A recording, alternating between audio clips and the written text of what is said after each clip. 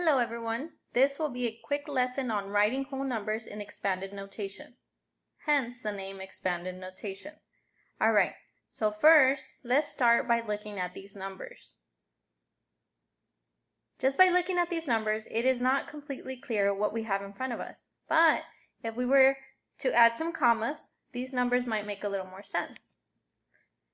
After we add some commas, we should have something that looks like this, or 7,139,528, written in standard form. We need to find a way to write this in expanded notation. One of my favorite tools to use to help me accomplish expanded notation is a place value chart. This right here is a place value chart. So if you guys remember, we have 7,139,528. Let's go ahead and look at each number and its place value. Let's start with 8.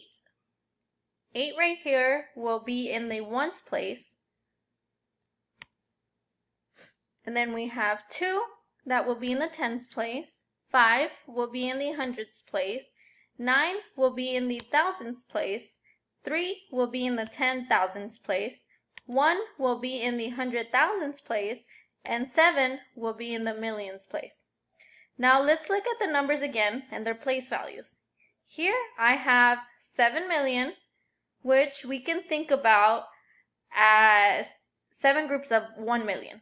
So if you look at the chart, 1 million, so not looking at this 7, but just looking at this top part, 1 million would require 6 zeros behind it. So 1, 2, 3, 4, 5, 6.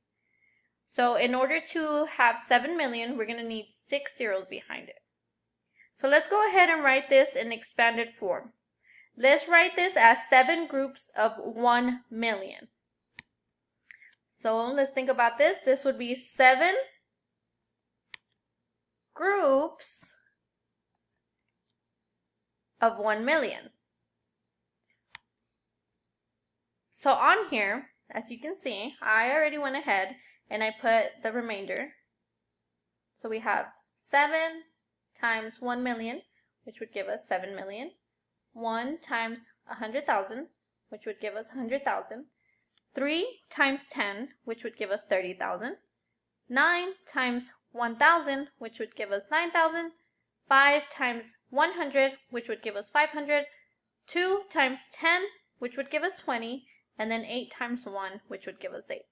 This right here is expanded notation. Thank you.